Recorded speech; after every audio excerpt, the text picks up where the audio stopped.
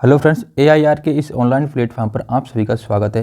Friends, जैसे कि आप सभी को पता है कि हम क्या पढ़ रहे हैं, किसान आंदोलन पढ़ रहे हैं। हमने इससे पहले एक क्लास अपलोड कर दी है। उसमें हमने क्या देखा था, किसान आंदोलन के बारे में पूरा ओवरव्यू, मतलब थ्योरेटिकल पोर्शन पूरा जितने भी सभी किसान आंदोलन हुए थे उसमें हमने उसका पूरा ओवरव्यू देखा था। और फिर आपसे हमने एक वादा किया था कि 2010 से लेकर 2022 तक जितनी भी सारी एग्जाम्स हुई हैं, चाहे वो अधीनस्थ बोर्ड ले चाहे आरपीएससी ले, उसमें किसान आंदोलन से रिलेटेड जितने भी क्वेश्चन पूछे गए हैं तो उनको हम सॉल्व करने वाले हैं। और जो मैंने ये भी कहा था कि हम यहाँ पर 2 पार्ट्स लेके आएंगे, प्रत्येक पार्ट में 30 क्वेश्चन रहेंगे, यानी कि 60 प्लस के आसपास हम यहाँ पर किसान आंदोलन से संबंधित पिछले 10 से 12 साल के क्वेश्चन सॉल्व करने वाले हैं। तो फ्रेंड्स, अब देरी नहीं करते हुए आज ही क्लास को स्टार्ट करते हैं। फ्रेंड्स, मेरी कल से मेरी बहुत ज़्यादा तबीयत खराब थी, इस वजह से मैं क्लास अपलोड नहीं कर पाया, उसके लिए वेरी वेरी सॉरी। तो प्लीज़ आज की से हम स्टार्ट करते हैं पुनः क्लास को। तो अब हमारा पहला प्रश्न है, बेगू किसान आंदोलन किस वर्ष में प्रारंभ हुआ था? तो इसका सही आंसर बताना है आपको। बेगू किसान आंदोलन कब प्रारंभ हुआ था? तो आप सभी को पता है बेगू एक प्रथम श्रेणी का ठिकाना था, लेकिन मेवाड़ रियासत थी। उसका क्या, मेवाड़ रियासत के राजा कौन थे? फतेह सिंह। तो मेवाड़ रियासत के राजा कौन थे? फतेह सिंह। तो बेगू है ना, चित्तौड़गढ़ में पड़ता है। कहाँ पर पड़ता है? चित्तौड़गढ़ में। और बेगू क्या है? मेवाड़ का प्रथम श्रेणी का ठिकाना था। तो बिजोलिया किसान आंदोलन को देखते हुए उससे पहले तो बेगू किसान आंदोलन से पहले कौन सा चल रहा था? बिजोलिया किसान आंदोलन चल रहा था। तो उसकी शुरुआत कब हुई थी? 1897 में उसकी शुरुआत हो गई थी। लेकिन बेगू किसान आंदोलन तो बिजोलिया के बाद में चला था। तो क्या है कि वो बिजोलिया किसान आंदोलन से वहाँ के लोग प्रेरित हुए, उनको प्रेरणा मिली, तो फिर उन्होंने भी अपना आंदोलन प्रारंभ कर दिया। तो बिजोलिया आंदोलन से प्रभावित होकर उन्होंने कब किया था? 1921 में। क्या किया था? बेगू के किसानों ने आंदोलन कब प्रारंभ किया था? 1921 में। तो इस प्रकार हमारा आंसर एक, तो बेगू किसान आंदोलन कब प्रारंभ हुआ था? 1921 में, क्योंकि उस टाइम पे बिजोलिया किसान आंदोलन भी चल रहा था और उस टाइम पे उसका क्या सेकंड चरण चल रहा था। तो उसका नेतृत्व कौन कर रहे थे? विजय सिंह पथिक, यानी कि पहले उनका नाम था भूप सिंह गुर्जर, लेकिन वो पकड़े जाने के बाद में उन्होंने अपना नाम परिवर्तन कर लिया। क्या कर लिया? विजय सिंह पथिक। तो विजय सिंह पथिक के कहने पर हमारे ये बेगू किसान आंदोलन का नेतृत्व किसने किया था? राम नारायण चौधरी ने। किसने किया था? राम नारायण चौधरी ने। किसने किया था फ्रेंड्स? राम नारायण चौधरी ने। अब बढ़ते अगले क्वेश्चन की ओर। बिजोलिया किसान आंदोलन 1913 का नेतृत्व किसने किया था? अब फ्रेंड, आपसे ये पूछा जाएगा कि बिजोलिया किसान आंदोलन था ना, उसका नेतृत्व, यानी बिजोलिया किसान आंदोलन 1897 में से स्टार्ट हुआ था और ये कब तक चला था? 1941 तक। कब तक चला था? 1941 तक, यानी कि टोटल 44 ईयर तक चला था। लेकिन फ्रेंड्स, क्या होता है कि इतनी लंबा चलने वाला आंदोलन को एक इंसान नेतृत्व नहीं कर सकता, तो इसको 3 चरणों में डिवाइड कर दिया। तो इसके पहले चरण का नेतृत्व करता कौन थे? तो आप सभी को पता है कि साधु सीताराम इसके पहले चरण का नेतृत्व कर रहे थे। तो हमारा यहाँ से 2 नंबर का ऑप्शन सही हो जाएगा। और उन्होंने कब से कब तक किया? 1897 से लेकर के और कब तक किया? 1915 तक, यानी कि ये पहला चरण मानते हैं, इसको हम क्या मानते हैं? प्रथम चरण। सेकंड चरण स्टार्ट होता है 1916 या 17 से। अब आप देख लेना फ्रेंड्स, फिर बाद में आप कमेंट करते हो सर आपने 16 बताया था या 17, यानी कोई बुक 16 मानती है, कोई बुक 17 मानती है। तो आप उस हिसाब से देख लेना अपने हिसाब से कौन सा बुक सही है, कौन सा देख लेना कि आपके हिसाब से कि कौन सी। ये 1916 से सेकंड चरण स्टार्ट होने की, यानी कि दूसरे चरण में क्या होता है कि एक दबंग आदमी आता है, बिल्कुल पावरफुल एक दबंग इंसान आते हैं। कौन? भूप सिंह गुर्जर, यानी कि वो बाद में अपना नाम क्या कर लेते हैं? विजय सिंह पथिक। तो उन्होंने दूसरे चरण का नेतृत्व करते हैं भूप सिंह गुर्जर। अगला प्रश्न है, नीमू चौड़ा किसान आंदोलन हत्याकांड राजपूताना किस रियासत में होता? तो आप सभी को पता है कि नीमू चौड़ा हत्याकांड कौन सी रियासत में होता? अलवर में। कौन सी रियासत में होता? अलवर में। तो उस समय यदि आपसे पूछ ले कि अलवर के राजा कौन थे, यानी कि जब नीमू चौड़ा हत्याकांड हुआ था तो उस समय अलवर के राजा कौन थे? तो अलवर के राजा कौन थे? जय सिंह। कौन थे? जय सिंह। और ये नीमू चौड़ा हत्याकांड का यदि आपसे ये इसकी डेट भी पूछ ली जाए, है ना, तो एग्जाम में तो कुछ भी पूछ सकता है आपसे। यदि इसका उस टाइम पे जो नीमू चौड़ा आंदोलन चल रहा था अलवर में, तो उस समय वहाँ का राजा कौन था? तो जय सिंह थे। और कौन सी तारीख को स्टार्ट हुआ? 14 मई को। कब हुआ था? 14 मई 1925 को। ये इसकी डेट थी फ्रेंड्स। एक्चुअल डेट भी पूछी जा चुकी है, आप इसको याद कर लेना। और यदि आपसे पूछे कि यहाँ पर जो किसानों की सभा हो रही थी तो उस पर गोलियाँ किसने चलाई? तो किसने गोलियाँ चलाई? छज्जू सिंह ने। किसने चलाई फ्रेंड्स? छज्जू सिंह ने। तो इसको क्या माना जाता है? यानी कि राजस्थान का जनरल डायर। क्या माना जाता है? राजस्थान का जनरल डायर। यदि हम इससे पहले की बात करते हैं, 1919 में हमारा क्या सबसे फेमस हत्याकांड हुआ था? जलियांवाला हत्याकांड। तो उसमें गोलियां किसने चलाई थी? जनरल डायर ने। तो उसी प्रकार यहाँ पर भी हमने राजस्थान के छज्जू सिंह को किसकी संज्ञा दी है, किसकी संज्ञा दी है, जनरल डायर की। तो आप उसको रिलेट करके याद कर सकते हैं। 1919 में जो जलियांवाला हत्याकांड हुआ था ना, उसको आप छज्जू सिंह से रिलेट करके, तो वहाँ पर भी जनरल डायर ने गोली चलाई, तो इस वजह से इसको भी जनरल डायर की संज्ञा दे दी गई। तो आप और महात्मा गांधी जी ने नीमू चौड़ा हत्याकांड के बारे में क्या कहा था, तो ये कहा था कि ये तो जलियांवाला बाग से भी भयंकर हत्याकांड था, इसमें निर्दोष स्त्री पुरुष और बच्चों की जान गई थी। अगला प्रश्न है, इसका आंसर हो गया ना अलवर। अगला प्रश्न, निम्नलिखित में से कौन बूंदी राज्य में हुई कृषक आंदोलन का नेता था। तो हमने आपको फर्स्ट क्लास में बताया था बूनेदी, तो हमने क्या बताया था, ये ऐसे बूंदी ना लिख करके हमने क्या लिखा था, उसको ऐसे न लिखा था। तो आपसे पता चलेगा कि न कौन से ऑप्शन में है, कौन से ऑप्शन में है, नैनूराम नित्यानंद, तो वहाँ पर कौन सा है, नैनूराम। तो हमारा आंसर क्या निकल के आएगा, नैनूराम। आपको ये ऐसे ट्रिक से बताया था मैंने। तो आपको मैंने उस टाइम पे बताया, एक ये बात भी बताई थी इसमें, यानी कि बूंदी किसान आंदोलन में कौन मारे गए थे, यानी कि कौन शहीद हुए थे। तो यहाँ पर किसानों की सभा हो रही थी ना, तो उसमें कौन शहीद, ये डायरेक्ट क्वेश्चन पूछा गया कि जो नानक जी का संबंध किस किसान आंदोलन से है, तो बूंदी किसान आंदोलन से है। कौन सा, नानक जी भील मारे गए थे, क्योंकि उसने यहाँ पर किसने गोली चलाई थी, इकराम हुसैन ने गोली चलाई थी। नानक जी भील जो स्टेज पर प्रोग्राम हो रहा था किसान का, तो उस समय क्या झंडा गीत गा रहे थे, क्या कौन सा गीत गा रहे थे, झंडा गीत गा रहे थे। और आपको पता है कि आपसे ये भी एग्जाम में पूछा गया कि झंडा गीत किसने लिखा था, तो ये लिखा था माणिकलाल बर्मा ने। किसने लिखा था, माणिकलाल बर्मा ने। जब ये नानक जी भील स्टेज पर किसानों की सभा में ये झंडा गीत गा रहे थे, तो किसने गोली चलाई थी, इकराम हुसैन ने। और इस प्रकार से वहाँ पर वो शहीद हो जाते हैं। अगला क्वेश्चन है, अंजुमन खादिम उल इस्लाम संस्था की स्थापना किसने की। तो हमारे यहाँ से ये नानक नैनूराम जी ऑप्शन हो जाएगा। 4 नंबर में अब 5 है, अंजुमन खादिम उल इस्लाम संस्था की स्थापना किसने की, अंजुमन खादिम उल इस्लाम की स्थापना निम्न में से किस रियासत में हुई थी। तो फर्स्ट पार्ट में हमने बताया था कि कौन से में हुई थी, तो ये कौन सी रियासत में हुई, अलवर रियासत में। तो इसकी यदि आपसे पूछे कि स्थापना किसने की थी, मोहम्मद हादी ने। किसने की थी, मोहम्मद हादी ने। किसने की थी, मोहम्मद हादी ने। और कब की थी, 1932 में। ये अंजुमन खादिम उल संस्थान, डायरेक्ट क्वेश्चन पूछा गया फ्रेंड्स कि कौन से किसान आंदोलन में हुई थी और कौन सी रियासत में हुई थी। तो ये हुई थी अलवर रियासत में। कौन सी रियासत में हुई थी, अलवर रियासत में। तो इसका खादिम उल इस्लाम संस्था का, और ये अलवर में कौन सी हुई थी, मेव किसान आंदोलन में। अलवर में दो आंदोलन हुए थे, एक तो मेव था, एक अलवर किसान आंदोलन था। तो ये मेव किसान आंदोलन में इसकी स्थापना करके मेव किसान आंदोलन को संगठित रूप प्रदान किया गया था। यानी कि इस संस्था की स्थापना करके जो मेव किसान आंदोलन चल रहा था ना, उसको एक संगठित रूप दे दिया गया था, अपने सभी के साथ में संगठन बनाया गया था। तो हमारे यहाँ से क्या ऑप्शन आ जाएगा, डी ऑप्शन निकल के आ जाएगा। अगला प्रश्न, निम्नलिखित में से मेव कृषक आंदोलन का नेतृत्व किसने किया था।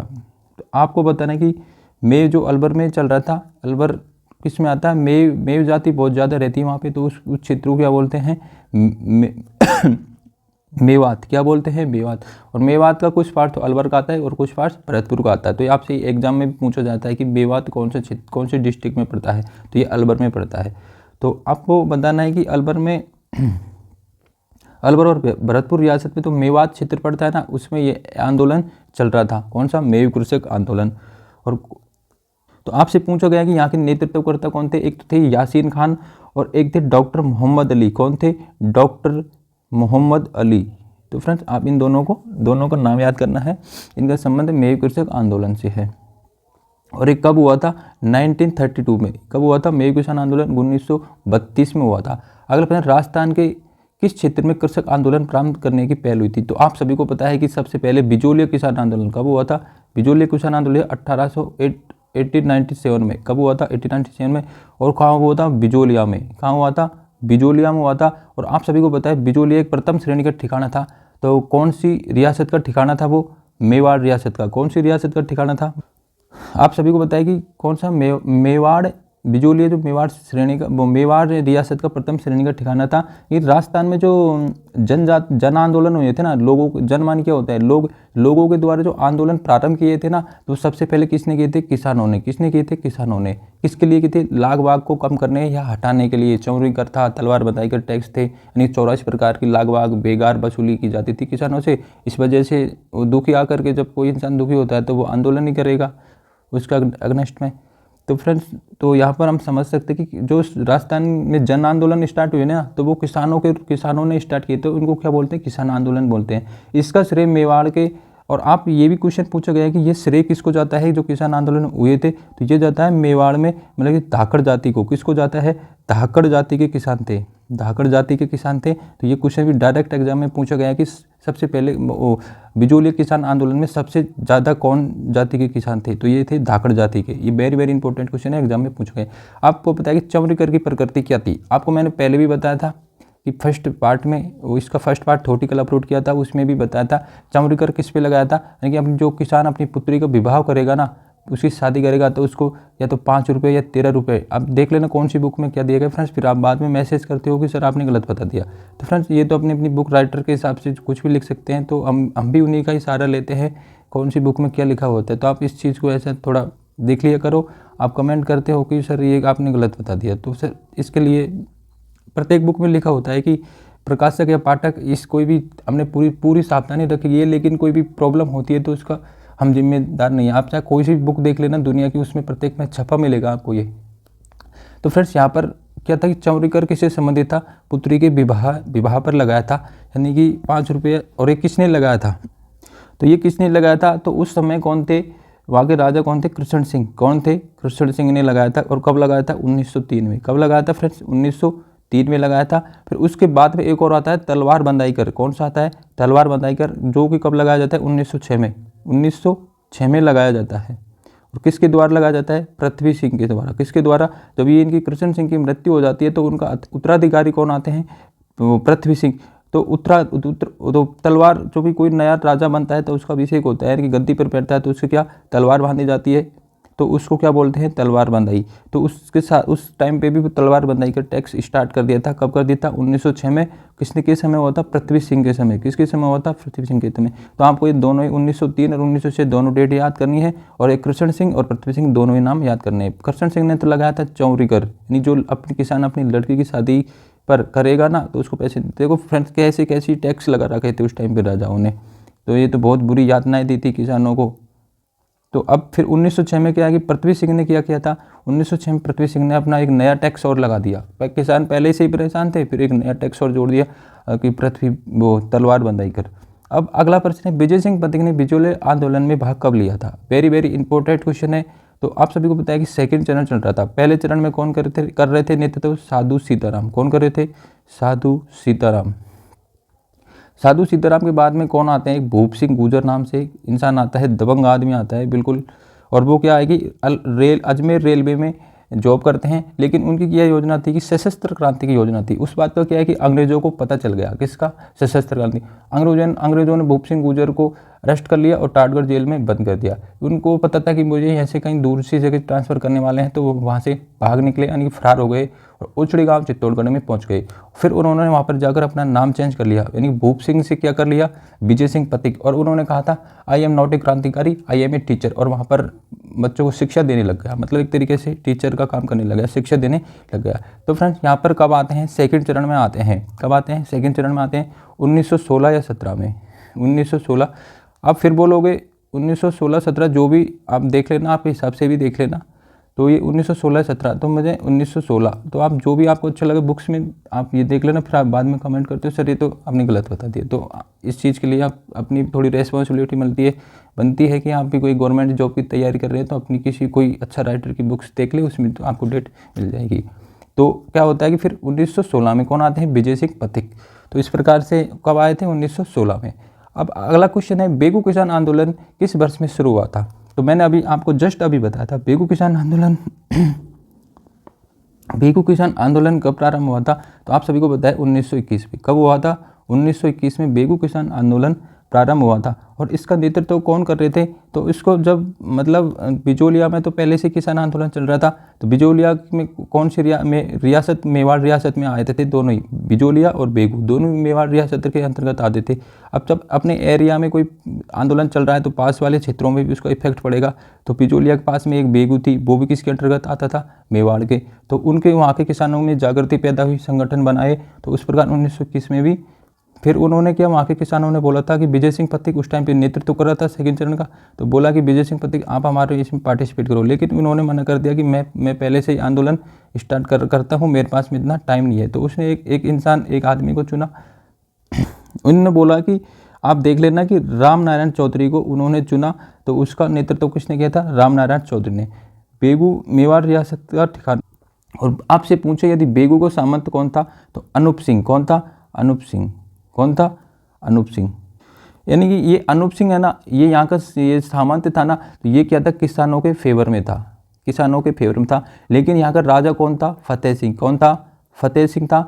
तो फतेह सिंह ने क्या किया, अब ये अनूप सिंह ने क्या किया, किसानों के साथ में एक क्या किया था, बोल सेविक समझौता। कौन सा, बोल सेविक समझौता किया और महाराणा से उसकी अर्जी लगाई। लेकिन महाराणा ने ये अनूप सिंह की बात को इग्नोर कर दिया, यानी कि कोई रेस्पॉन्स नहीं दिया, है ना फ्रेंड्स। तो यहाँ से अभी एक और क्वेश्चन बनेगा, ये बोल सेविक से बनेगा, बोल सेविक समझौता कौन से किसान आंदोलन से संबंध रखता है। तो हमें जस्ट 11 क्वेश्चन में भी करते हैं। तो यहाँ से हमारा कब हुआ था स्टार्ट, 1921 में। अब क्या बोल रहा है, बेगू किसान आंदोलन के नेताजी जो शहीद हुए थे, तो मैंने आपको अभी बताया था कि कौन हुए थे। तो आपको फ्रेंड्स एक फर्स्ट पार्ट में मैंने एक ट्रिक बताई थी। क्या बताई थी, ट्रिक बताई थी कि बेबो रुक। क्या बताई थी, बेबो रुक। तो बे से क्या बनेगा, बेगू किसान आंदोलन। क्या बनेगा, बेगू। बो से क्या बनेगा, बोल सेविक समझौता। क्या बनेगा, रू से क्या बनेगा, रूगाराम। क्या बनेगा, रूगाराम। ये ट्रिक मैंने आपको फर्स्ट पार्ट में बता ली, एक बार बता दी है। तो आप एक बार प्लीज़ इस सेकंड क्लास को देखने से पहले फर्स्ट क्लास को देख लें, ताकि आपको पूरा मेरा ओवरव्यू दिया गया है। जितने भी किसान आंदोलन हुए थे राजस्थान में, उसका पूरा ओवरव्यू बताया है कि किस प्रकार से मैंने fact to fact, point to point बात की है फर्स्ट क्लास में। मैंने एक बार देख रहे, रू से क्या बनेगा, रूगाराम। कैसे क्या बनेगा फ्रेंड्स, रूगाराम नहीं है, रूपाजी बनेगा। क्या बनेगा, रूपाजी। और ये बनेगा कृपाजी। तो आपसे एग्जाम में पूछे रूपाजी और कृपाजी का संबंध किस किसान आंदोलन से है, तो कौन से किसान आंदोलन से है, बेगू किसान। कौन क्या बनेगा, बेबो रुक से क्या बनेगा, बे से क्या बनेगा, बेगू किसान। बो से क्या बनेगा, बोल सेविक समझौता। आपसे डायरेक्ट क्वेश्चन पूछे जाते हैं फ्रेंड्स कि बोल सेविक समझौता का संबंध कौन से किसान आंदोलन से है, बेगू किसान आंदोलन से। और आपसे ये क्वेश्चन पूछेगा रूपाजी और कृपाजी किस किसान आंदोलन में शहीद हुए थे, तो बेगू किसान आंदोलन में। और एक और क्वेश्चन पूछता है यहाँ से, अभी इसको मैं साफ कर देता हूँ फिर आपको बताता हूँ। आप सभी को पता है कि यहाँ पर किसान आंदोलन हुआ था, तो उसमें गोली किसने चलाई थी, ट्रेच ने। किसने चलाई थी, ट्रेच ने।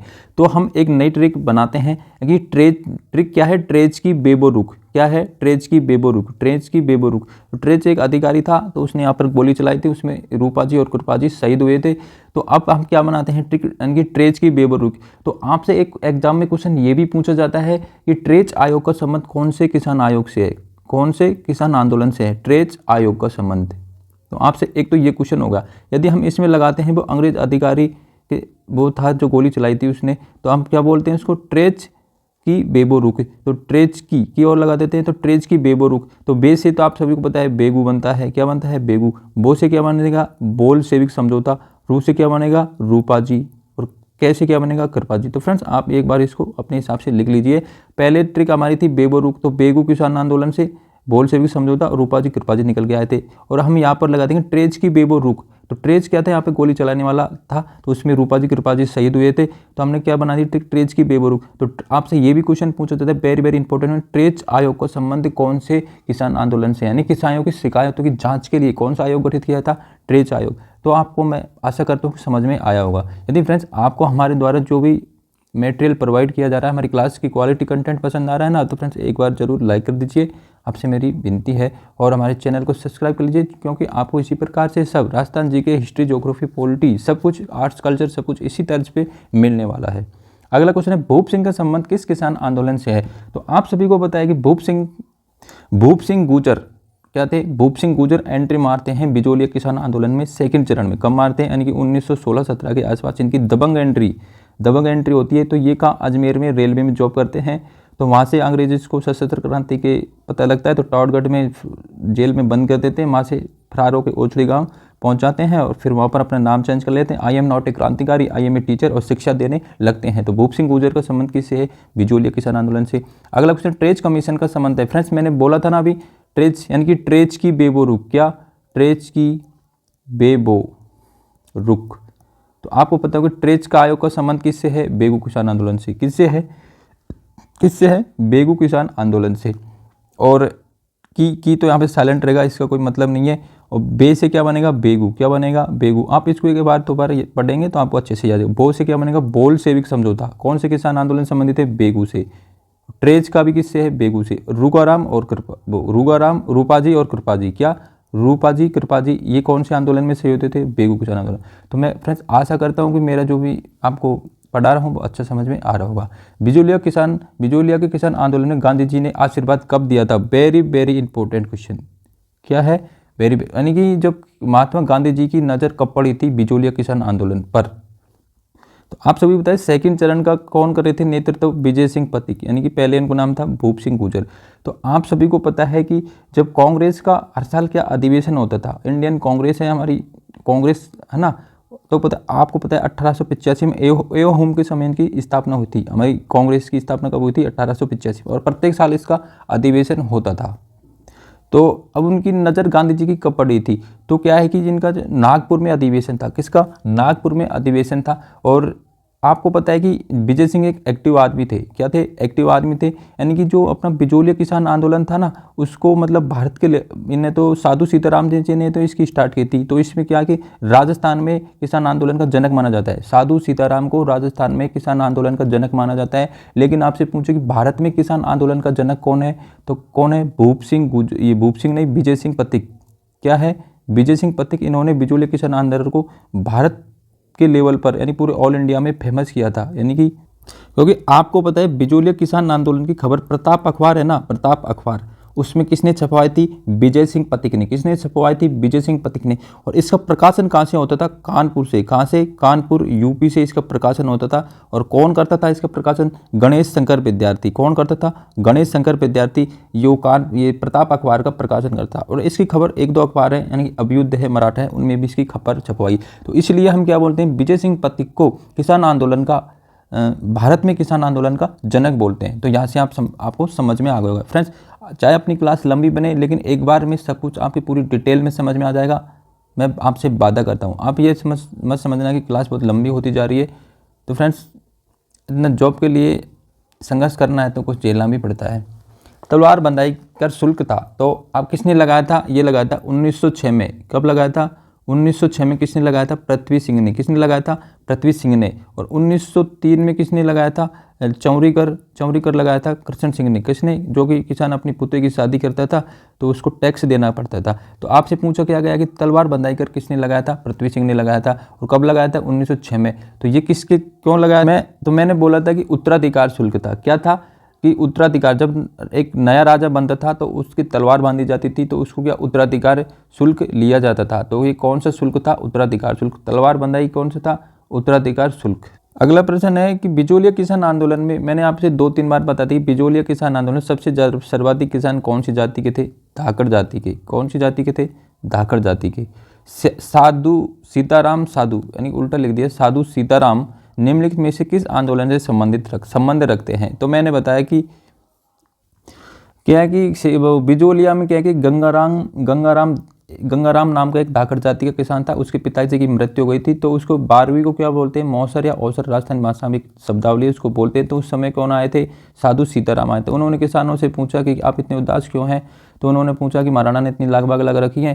तो फिर उसने पूछा कि महाराणा ने नहीं, तुम्हारे जो ये सामंत है ना, उसने लागबाग लगा रखी है, तो आप ऐसे करो। तो इसकी शिकायत आप महाराणा फतेह सिंह को करो। किसको करो? महाराणा फतेह सिंह को। तो वहाँ पर 2 आदमी भेजे।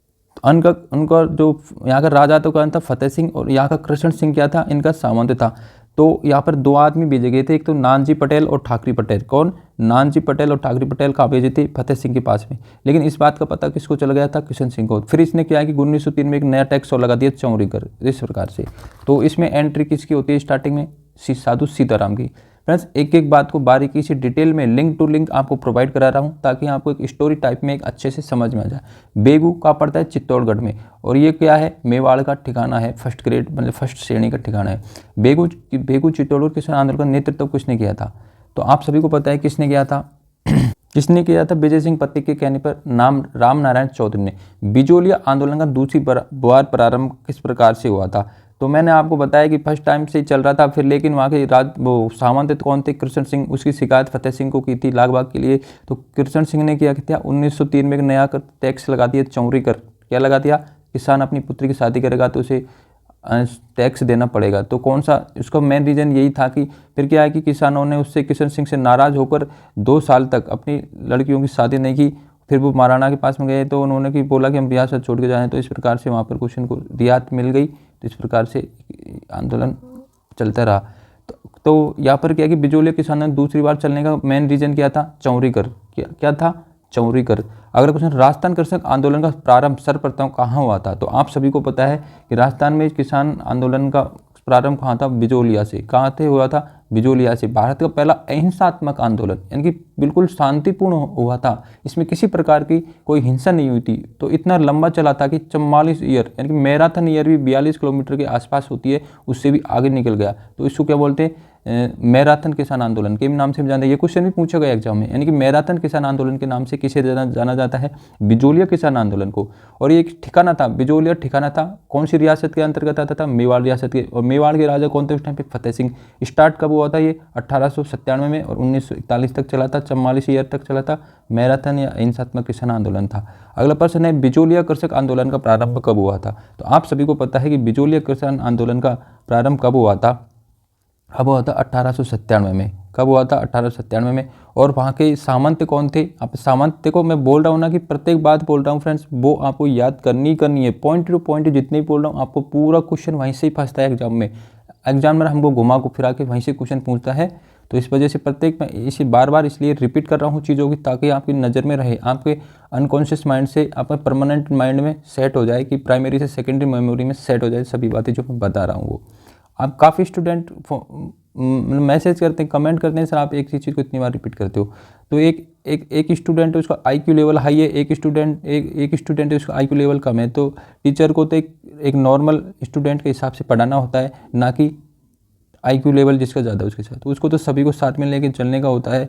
तो जो भाई काफ़ी कमेंट करते हैं सर ये आईक्यू लेवल ज़्यादा है, वो कमेंट करते हैं कि सर आप एक बात को इतनी बार बोलते हैं, तो आप देख लेना कि हमारे छोटे भाई हैं उनका भी आईक्यू लेवल कम है, तो उनकी भी बातें समझ में आ जाए, उनको भी साथ में लेके चलते हैं। बिजोलिया कृषक आंदोलन का प्रारंभ कब हुआ था, तो ये कब हुआ था, कृष्ण सिंह के समय 1897 में हुआ था।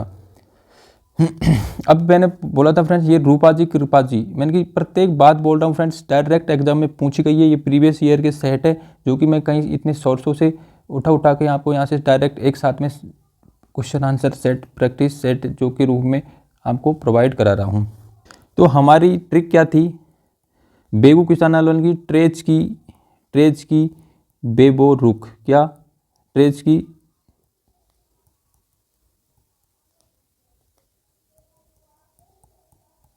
क्या थी फ्रेंड्स हमारी ट्रिक, ट्रेज की बेबो रुख। तो बे से क्या बनेगा, बेगू किसान आंदोलन, क्या बनेगा, बेगू किसान आंदोलन। बो से क्या बनेगा, बोल सेविक समझौता। रू से क्या बनेगा, रूपा जी। और कैसे क्या बनेगा, कृपा जी। तो ये मैंने, और ये ट्रेज आयोग का संबंध किससे है, बेगू किसान आंदोलन। तो हमारा 1 नंबर का ऑप्शन सही हो जाएगा। मैं फ्रेंड्स इनको बार बार इसलिए रिपीट करा रहा हूँ कि प्रत्येक चीज़ से क्वेश्चन पूछ गए, प्रत्येक पॉइंट से क्वेश्चन पूछे गए डायरेक्ट यहाँ से। आपको अब क्वेश्चन, नीमू चौड़ा हादसा कहाँ हुआ था, अलवर रियासत में। कहाँ पर हुआ था, अलवर रियासत में। तो आपसे मैंने बोला था कि एक्चुअल डेट पूछी जा चुकी है नीमू चौड़ा हत्याकांड की। तो आप सभी को पता है कि उस टाइम पे अलवर के राजा कौन थे, जय सिंह। कौन थे, जय सिंह। जय सिंह के कहने पर एक अंग्रेज अधिकारी था, छज्जू सिंह। कौन था, छज्जू या छाजू सिंह, जो भी था, उसने क्या, निर्दोष गोलियां चलाई, जैसे मासूम बच्चे, स्त्रियां और किसानों की बहुत निर्मम हत्या कर दी गई थी, उनकी जानें चली गई थी।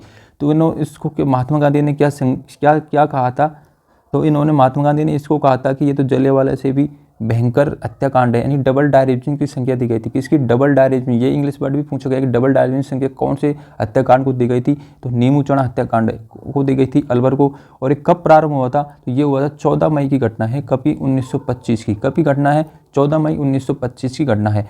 निम्नलिखित घटनाओं का कालक्रम बताना है आपको। ये डाबडा कांड हुआ है, चंडावल, नीमू चौड़ा और मानगढ़ पहाड़ी, ये तीनों कांड है। इनकी आपको कौन सा कब हुआ था, तो आपको सन याद होगी ना फ्रेंड्स, तो ये आपको इजीली हो जाएगा। इनकी कौन सी घटना कौन सी सन में हुई थी, तो आपको इजीली इसको सेट कर पाओगे। तो फ्रेंड्स अब देखते हैं कि कौन सा घटना कब हुई थी। तो हम सबसे पहले देखते हैं मानगढ़ हत्याकांड कहाँ हुआ था।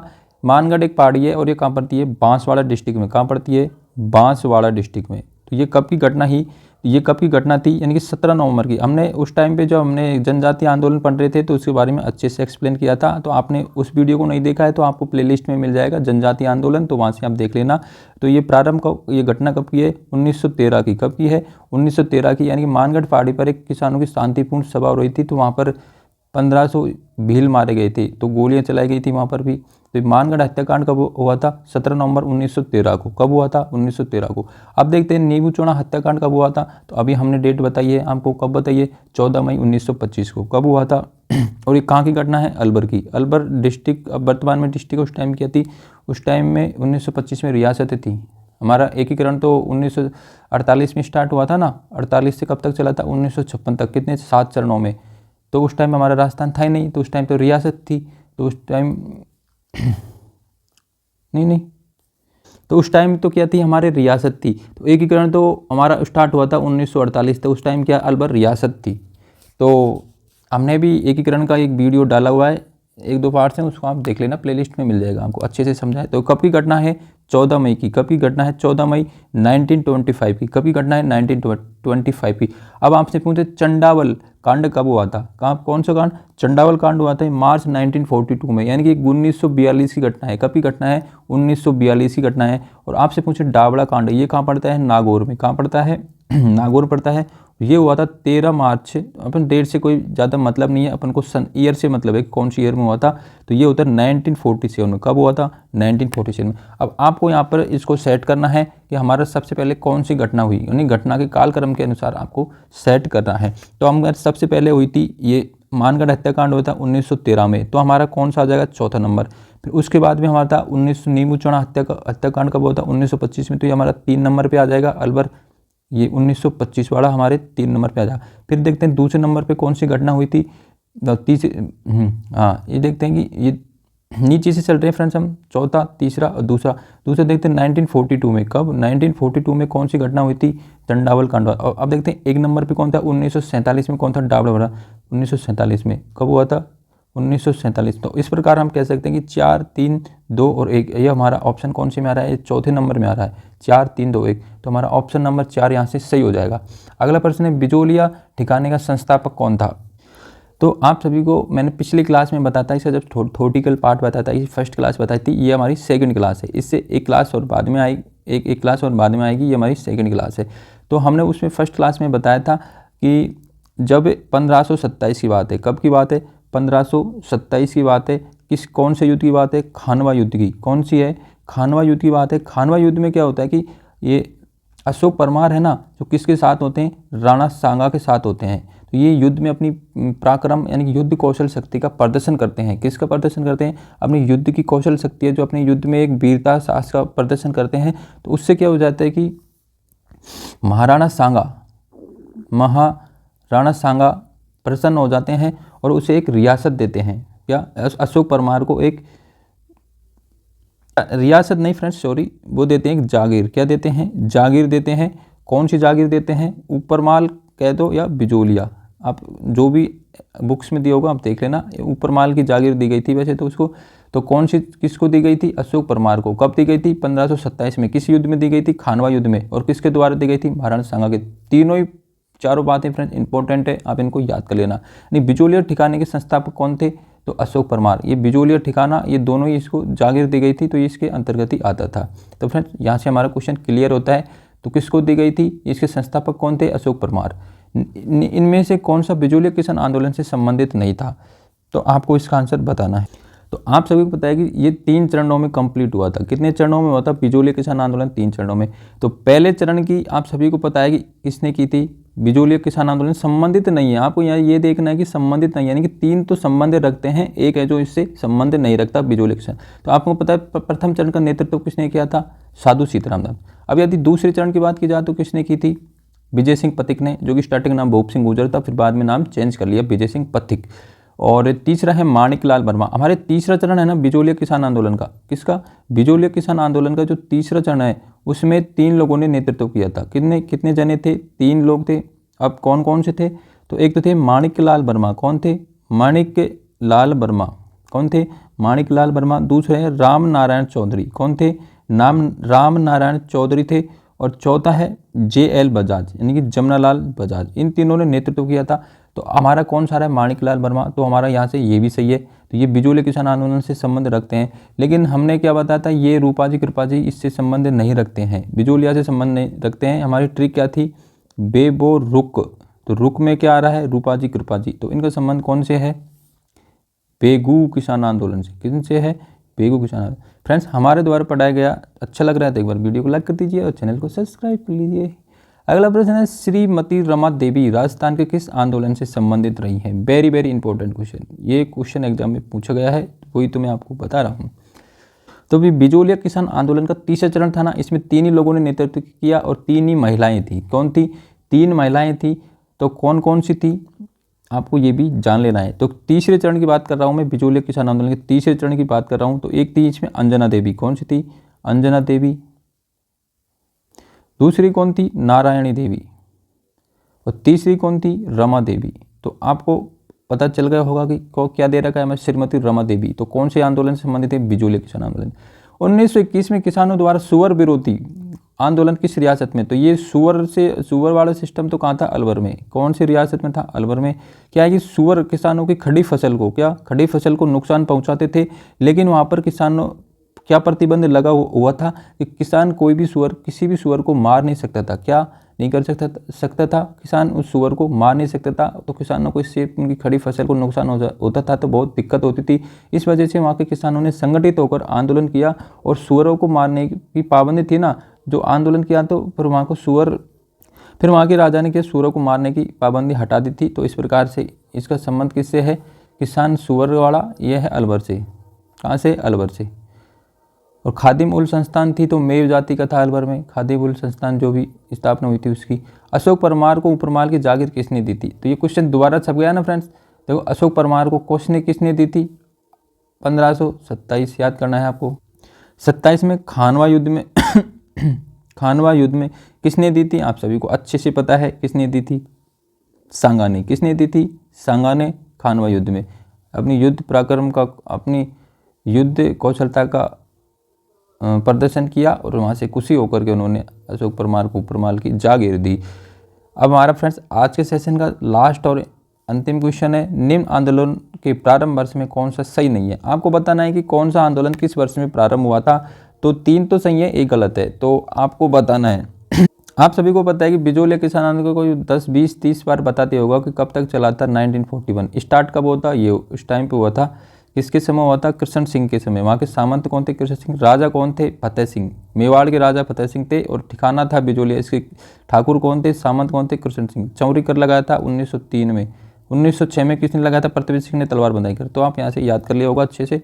बेगू किसान आंदोलन 21 में प्रारंभ हुआ था, ये आप सभी को पता है। डावड़ा हत्याकांड, तो आप सभी को पता है कि डावड़ा हत्याकांड कहाँ हुआ था, नागौर में। कहाँ पर हुआ था, नागौर में।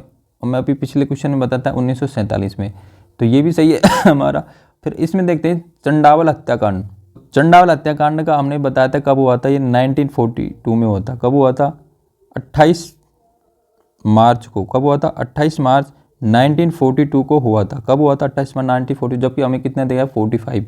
तो हमारा यही ऑप्शन हमारा सही हो जाएगा, मतलब इनको हटा देते हैं तो ये हमारा ऑप्शन सही हो जाएगा, यानी कि नहीं पूछा गया कौन सम्मिलित नहीं है। फ्रेंड्स इसी प्रकार आज की क्लास को हम यहीं पे समाप्त करते हैं, स्टॉप। तो उसकी यदि आपको हमारी क्लास अच्छी लगी हुई हो फ्रेंड्स, हमारा पढ़ाने का तरीका है अच्छा है तो आप लाइक कर दीजिए, अच्छा नहीं है तो आप एक बार कमेंट करके बताइए सर आपकी पढ़ाने में ये कमी है। आप बातों को रिपीट करते हैं, मैं रिपीट इसलिए करता हूँ, जो IQ लेवल कम है, जो बच्चे को एक बार पढ़ने में याद नहीं होता उसके लिए मैं बार बार बोल देता हूँ, तो ये तो कोई मेरी गलती है नहीं। और यदि आपको लगता है हमारा क्वालिटी कंटेंट अच्छा है तो फ्रेंड्स आप एक बार चैनल को सब्सक्राइब कर लीजिए और अपने दोस्तों के साथ में भी शेयर कर लीजिए, ताकि उनको भी इस क्लास का प्रॉफिट मिल सके। वो भी अपने छोटे भाई बहन हैं उनके साथ में भी शेयर कर दीजिए। तो फ्रेंड्स आज के लिए इतना ही काफ़ी। अब मिलते हैं इसके सेकंड पार्ट में, हम उसमें भी 30 क्वेश्चन करेंगे जो कि एग्जाम में पूछे गए हैं। तो आज के साथ में इसी सेशन को यहीं पे समाप्त करते हैं। जय हिंद, जय भारत।